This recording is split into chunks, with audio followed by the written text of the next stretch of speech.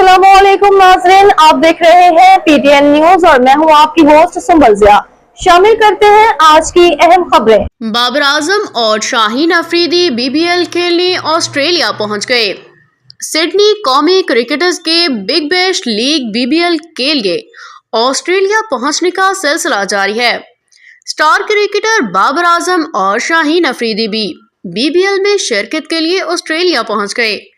Babar Azam Sydney Sixers और Shaheen Afridi बर्सिबियन head के जानिब से खेलेंगे।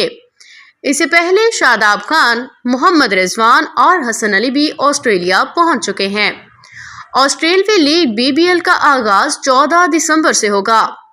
वाज़ेह है कि बीबीएल खेलने वाले कौमी क्रिकेटर्स को श्रीलंका के खिलाफ T20 सीरीज में मुंतखब होने की सूरत में लीग छोड़ना पड़ेगी।